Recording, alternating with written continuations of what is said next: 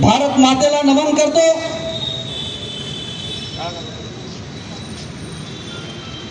या ठिकाणी उपस्थित सर्व मान्यवर, या ठिकाणी उपस्थित सर्वच मान्यवर आहे, अनेक संस्थांचे पदाधिकारी आहे, प्रत्येकाचं नाव घेणं शक्य नाही आहे। आज हे एकदम उन्हाचा पॉइंट आहे, परंतु आज वरतून देखील आपल्याला आज्ञा झाली आहे की उन्हात नाही तुमच्याकरता छत्रछाया करतो, पण त्याचा निषेध करा। उन्हाने आपली पुन्हा एक झलक दाखवून दिली आणि सांगितलं की तेजासारखे तळपत राहा, या पाकडांचा विरोध करा, या आतंकवादाला नेस्तनाबूत करा। म्हणून एकदा तोही तळपून गेला आणि पुन्हा छाया देऊन गेला। सर्वांचं मी या ठिकाणी स्वागत करतो। दूर कोणीतरी काहीच करत नाही, आपण भाषण ऐकतायत, पण ते जर का एका ठिकाणी आलेही तरी पण शक्तीमध्ये सम्मिलित झाल्याचा अनुभव त्यांना येईल आणि ज्यांना यायचं आहे त्यांना पण येईल असं मला वाटतं। चौका तिकडे उभे असणाऱ्या माणसांनी इथे सामील व्हा। जो हमला झाला आहे तुमच्या दारात नाही झाला आहे, पण तो माझ्या भारताच्या दारात झाला आहे, उद्या तुमच्याही दारात होऊ शकतो, या सक्कर दारात चौकातही होऊ शकतो। बळकस चौकाने त्याचा अनुभव घेतलेला आहे, लक्षात घ्या। आणि ताकाला जाऊन भांडण लपवण्याची गरज नाही। जो जिहादी हमला झाला तो निश्चितच काळीमा फासणारा आहे। त्या ठिकाणी शहीद झालेले तुमच्या माझ्यासारखे नागरिक, त्यांनी कोणाच्या 8 दिवसापूर्वी लग्न झालं आहे, कोणी फिरायला गेले आहे, कोणाचे लहान पोरावर चुन चुन के मारने का किस्सा उन्होंने अपने साथ में किया है, भारतीयों के साथ में, हिंदुओं के साथ में किया है। आपण म्हणतो की दहशतवादाला कुठलाही धर्म नसतो, निश्चितच नसतो, परंतु योगायोग असा आहे प्रत्येक दहशतवाद आणि प्रत्येक दहशतवादी हा मुसलमानच का असतो। टाकाला जाऊन भांडण लपवण्याची गरज नाही। तुमच्या सगळ्यांच्या मनात आहे, या देशातच नव्हे या प्रत्येक आजूबाजूच्या राष्ट्रामध्ये, विश्वामध्ये जोही हमला होत असेल तो मुसलमान जिहादीच का असावा, कारण की त्यांना धर्मच समजला नाही। अजी कुराण कुराण कुराण बोलते, कुराणची मूळ भाषा कुठली आहे? अरबी भाषेत कुराण लिहिलेलं आहे, उर्दू भाषेत नव्हे। आणि त्याचं करत आणि आपल्याला पाहिजे जिहादी मानसिकतेचं त्याच्यामध्ये परिवर्तन करून, ट्रान्सलेशन करून या जिहादी प्रवृत्तीच्या लोकांना शिकवल्या जात आहे। आणि म्हणून हे जिहादी, हम क्यों सुने भाई, रोज की सुबह मस्जिद पर 5 बार नमाज होता है, क्या क्या होता है, क्या क्या बोलते हैं, परंतु त्याचा अर्थ एवढा आहे की या पृथ्वी तलावर सगळ्यात कुठला देव आहे तर तो अल्लाह आहे। अल्लाह शिवाय इतर कोणीही देव नाही आहे आणि इतर देवाला मानणारे हे काफिर आहे। हे आम्ही आमच्या देशात रोज भोंगा लावून काय ऐकायचं, त्याचा आपण निषेध केला पाहिजे। आणि शासन असेल, प्रशासन असेल, पोलीस विभाग असेल, माफ करा मला पोलीस विभागाचं पुष्कळ सहकार्य असतं, पण त्यातले अनेक अधिकारी असतील, मी स्वतः वकिली व्यवसायातल्या ज्युडिशियरीतले आमचे अधिकारी असतील, त्यांना या विषयाला हात घालायला लाज वाटते, भीती वाटते। मी माझ्या हिंदू राष्ट्रात राहत असताना माझ्या हिंदूंवरती, मग आम्ही हिंदू का? स्वामी विवेकानंदांनी अमेरिकेत जाऊन काय म्हटलं की माझा धर्म हा सगळ्यात श्रेष्ठ आहे, कारण काय की मी सर्व धर्माचा आदर करतो। आम्ही सहिष्णू आहोत, आमचा धर्मच तो आहे की सगळ्यांचा सन्मान करा, आणि आम्ही सगळ्यांचा सन्मान करतो। आम्ही शांत आहोत, म्हणजे काय आम्ही पळपुटी आहोत, आम्ही ताकदवर नाही, अशातला भाग नाही मित्रांनो। आमचं दैवत दुर्गा देवी असो की अजून कोणी असो, आमचं प्रत्येक दैवत हे शस्त्र घेऊन आहे। त्याच्यामुळे आम्ही छात्रवृत्तीचे आहोत। आपल्याला इंग्रजांच्या काळात देखील जातीपातीमध्ये वाटून दिलं आणि हिंदू याच्याऐवजी मी या जातीचा, मी त्या जातीचा, मी त्या जातीचा, पण आम्ही सर्वजण भारतीय आहोत, कुठल्याही जातीचे असो आपण हिंदू आहोत आणि आपण छात्रवृत्ती ही बाळगलीच पाहिजे। मग शस्त्र ठेवलं तर पोलीस परवाना लागतो का? काल त्यांनी कोणते परवाने घेऊन आले होते, मारले 27 लोकांना, तर परवाने होते का त्यांच्याजवळ? नाही ना। मग मी माझ्याकडे छोटासा काही अवजार ठेवायला पोलीस येईल का? मला विचार दिला कुठं त्यांच्याजवळ एवढं बळ आहे, म्हणजे संख्या पण जिथे कुठे नालायक होते त्यांचाच पोलीस विभागाचाच ब्रीदवाक्य आहे, सदरक्षणाय लोकांच्या रक्षणासाठी, वाईट लोकांचं निर्धारण करण्यासाठी शस्त्रपूजा ही केली पाहिजे. आपल्या शास्त्रामध्ये दसऱ्याला, विजयादशमीला आपण शस्त्रपूजन करतो, तर ते शस्त्रपूजन फिजिकल पण केलं पाहिजे आणि शस्त्रपूजन ते हृदयात पण असलं पाहिजे. छात्रवृत्ती प्रत्येकाच्या हृदयात असली पाहिजे. मग माझा मुलगा पाहिल, माझा नवरा पाहिल असं नव्हे, तर बाप पण तेवढा शस्त्रपूजक असला पाहिजे, मुलगा पण शस्त्रपूजक असली पाहिजे. आणि ती दुर्गा देवी, अन्नपूर्णा, महालक्ष्मी, ती नारी शक्ती पण सशस्त्र असली पाहिजे असं मला वाटतं. मित्र, आताच मी ज्याप्रमाणे सांगितलं की काश्मीरात हमला झाला आहे, त्याच्याचपैकी 1 महिन्यापूर्वी अशाच प्रकारचं वेगळं स्वरूप धर्मांध काही लोक, मी असं म्हणत नाही की सगळे मुसलमान राष्ट्रविरोधी असं माझं म्हणणं नाही आणि असं नाहीच आहे, परंतु ज्यांनी त्या कुराणचा अर्थ कोणताच धर्म सांगत नाही हो असं करा म्हणून हा विभत्स कुराण लिहिलेलं, मिसइंटरप्रिटेशन केलेलं कुराण ह्या जिहादी प्रवृत्तीला चालना देत आहे, माणसं घडवत आहे आणि त्याचा भोग आपण भोगत आहोत. अशा या जिहादी वृत्तीला ठेचून काढायला पाहिजे जिथे दिसेल तिथे. आणि तुम्ही लक्षात घ्या, एका कॉलवर हजारो लोक येण्याची त्यांची ताकद आहे. तुम्ही देखील हजारो लोक एका कॉलवर येण्याची तुमची क्षमता आणि तयारी असली पाहिजे, लक्षात घ्या. हे काश्मीरात झालेलं काल आपण नागपूरकरांनी पण अनुभवलं. रात्रीतून गाड्या फोडून टाकल्या, उद्या सक्करदरा चौकात होईल, उद्या नंदनवनला होईल, रेशीमबाग चौकात होईल. प्रत्येक माणसाने जात पात धर्म भेद बाजूला करून, पक्षीय राजकारण बाजूला करून यासाठी, या धर्मरक्षणासाठी, देश रक्षणासाठी एकत्रित आलं पाहिजे असा संकल्प आज आपण या श्रद्धांजली सभेच्या माध्यमातून आणि त्यांच्या निषेध सभेच्या माध्यमातून मला केलं पाहिजे असं मला वाटतं.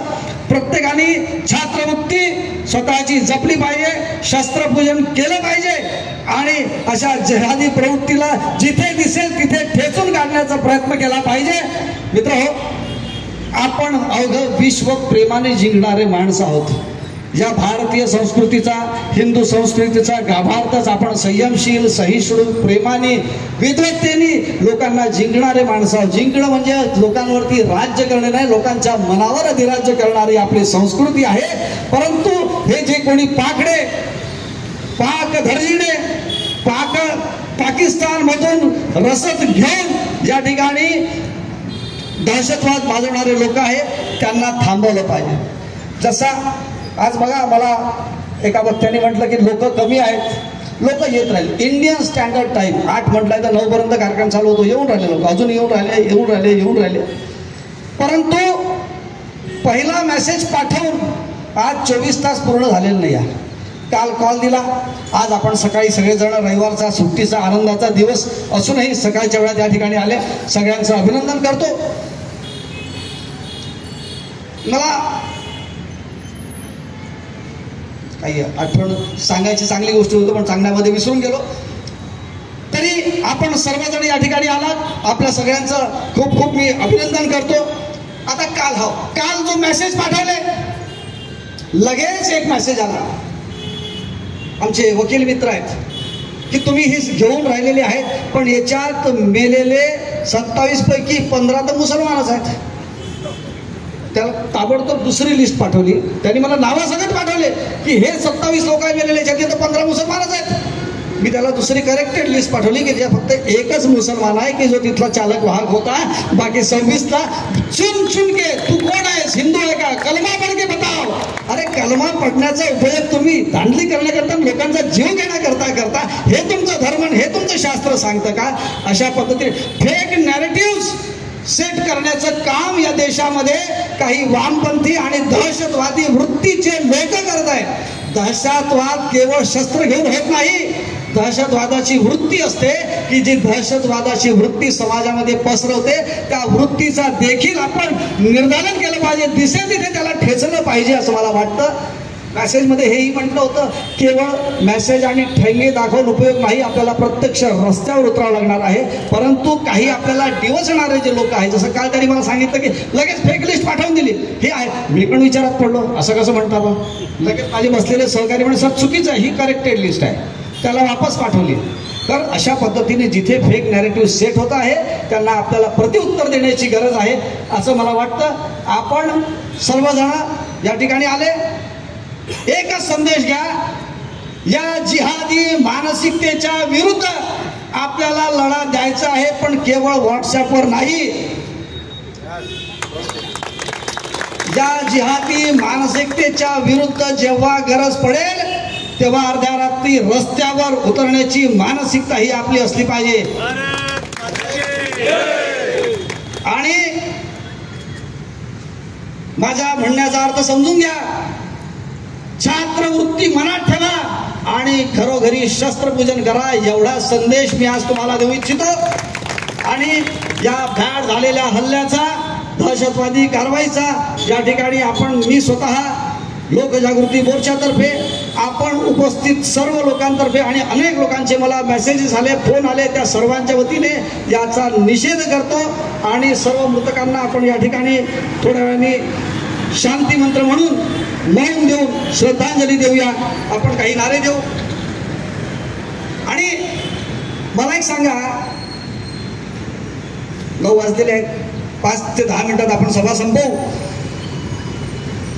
हम भागी नहीं यार, हम तो अफगानिस्तान से भी भागे, हम पाकिस्तान से भी भागे, हम बांग्लादेश से भी भागे, हम श्रीनगर से भी भागे, हम केरला से भागे. क्यों भागना?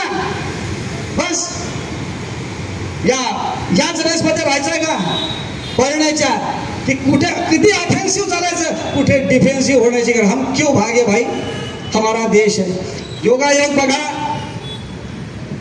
भारताला स्वतंत्र मिळून इतके वर्ष झालं, स्वातंत्र्याच्या वेळात केवल अहिंसा से आजादी नहीं मिली मित्रों, दे दी आजादी हमें खड़ग बिना ढाल. हे म्हणण्याला काही अर्थ नाही मित्र हो. मग बिना खड़ग और बिना ढाल के ही यदि हमको आजादी मिली है, तो जो क्रांतिवीर थे, जिन्होंने खून के नदियों में अपनी होली खेली, उनका क्या? अनेक आपले क्रांतिवीर फासावर लटकले, रांडचा हल्ला केला, कोणाला गोळीबार केला, त्यांना तिथे प्रतिकार केला.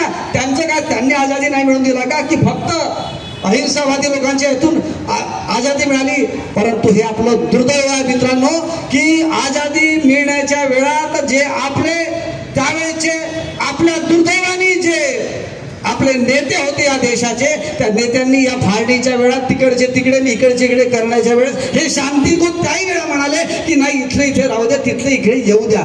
आले जेवढे आले, नाही आले त्यांचा प्रेतांचा खच आपल्या रेल्वेतून आपल्याला पार्सल मध्ये आला.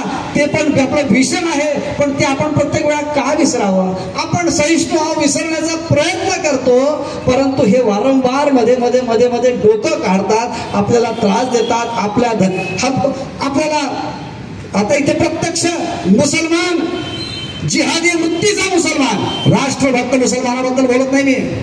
आमच्याजवळ अनेक उदाहरणं आहे. अब्दुल कलामांसारखे जे राष्ट्रभक्त मुसलमान आहे, त्यांच्याशी आपला काही विरोध नाही, नसायला पाहिजे. परंतु जे जिहादी वृत्तीचे आहे त्यांचा विरोध असायला पाहिजे. त्याही वेळेस हे जे नेतृत्व होतं, त्यांनी घेतलेल्या चुकीच्या निर्णयामुळे आपल्याला हे पाप भोगावं लागत आहे. आणि आपल्या सुदैवाने, आपल्या पिढीने आजचं जे आपलं नेतृत्व आहे ते भारताकरता, या हिंदू करता महत्वाचं आणि चांगलं असं नेतृत्व आहे. हम बाकी किसी के लोगों के लिए नहीं बोल रहे. देशामध्ये हा जो आपला भारत देश आहे, हिंदुस्थान आहे, त्याच्यामध्ये बौद्ध राहतात, जैन राहतात, शीख राहतात, ख्रिश्चन राहतात. कोणाचकडून काही त्रास नाही. या एकाच जमातीकडून, धर्मांध लोकांकडून जो आपल्याला त्रास आहे त्याची जाणीव आपण ठेवली पाहिजे. त्यांच्यावरती आमचं खातीर, आमच्यापासून पैसे कमावतील, त्याच्यातून त्यांची दान देऊन, शस्त्र विकत घेऊन आमच्यावरच चालवतील. मग सगळ्यात पहले जैसे जल हमने बंद कर दिया, शासन के हाथ में निर्णय है तो शासन ने जल बंद कर दिया सिंधु का. हमारे हाथ में क्या है? तो हम आर्थिक बहिष्कार तो डाल सकते हैं, हम पूरी ताकत के साथ में रह सकते हैं, छात्रवृत्ती रख सकते हैं. आणि आर्थिक मी घेताना आर्थिक हे माझ्या बाकीच्या हे जे जिहादी वृत्तीचे लोक आहेत त्यांच्याशी मी आर्थिक व्यवहार करणार नाही, असं आपल्याला प्रण केला पाहिजे असं मला वाटतं. याच्यातून आपण बरंच काही जे काही तुम्ही आलात, जे काही सांगता येण्यासारखं होतं ते केलं. या ठिकाणी सगळे माजी फौजी पण या ठिकाणी आले.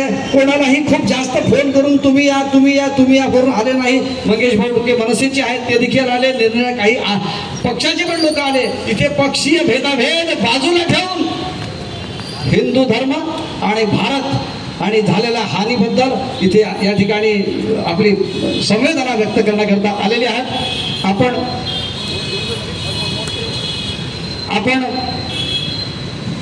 सुरू झालेला आहे.